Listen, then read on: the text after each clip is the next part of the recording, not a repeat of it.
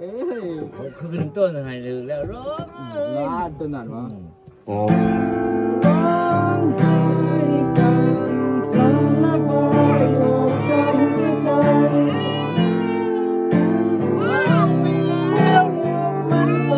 แม่บ่ถือ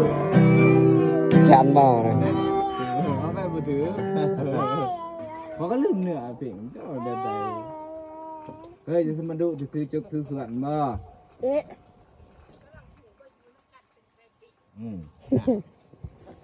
สันดานเป็นจังไรเนาะ เพลงของเดวิด ไม่ได้ตั้งใจมาหรอก มาคืนนี้ โอ้เดวิดเหรอ อ่า เป็นเดวิดไหนวะ เดวิดเดวิด ออกมาคืนนี้มันเป็นเดวิด วิทไฮเปอร์ วิดไฮเปอร์เนี่ยก็มันวิดคือกันเนาะก็บ่เดวิดเดวิดกะจดหมายคนจน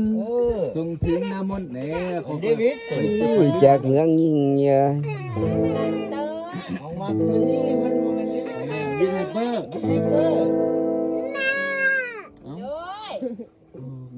เปิดแห้งเลย ไม่ลงอ่ะ ฉันไม่ได้ตั้งใจมาเที่ยว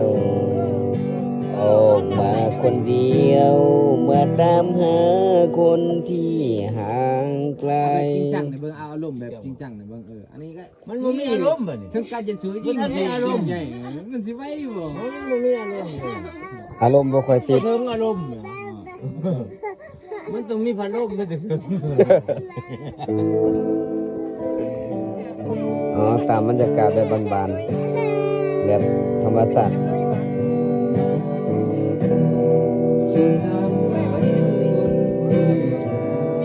ไม่เนี่ยลองไปทำไม เรามันก็ไม่ขาดแล้วว่ากูเดินมันก็ที่เราเขาแกงกระป๋องไว้เลย กระป๋องยังไข่ได้หินไม่ได้หินดี เห็นมันใหญ่เขานอกไปได้ ข่อยบ่มีแนวเพลงให้ข่อยลืม ฮะ ข่อยบ่มีแนวเพลงข่อยลืม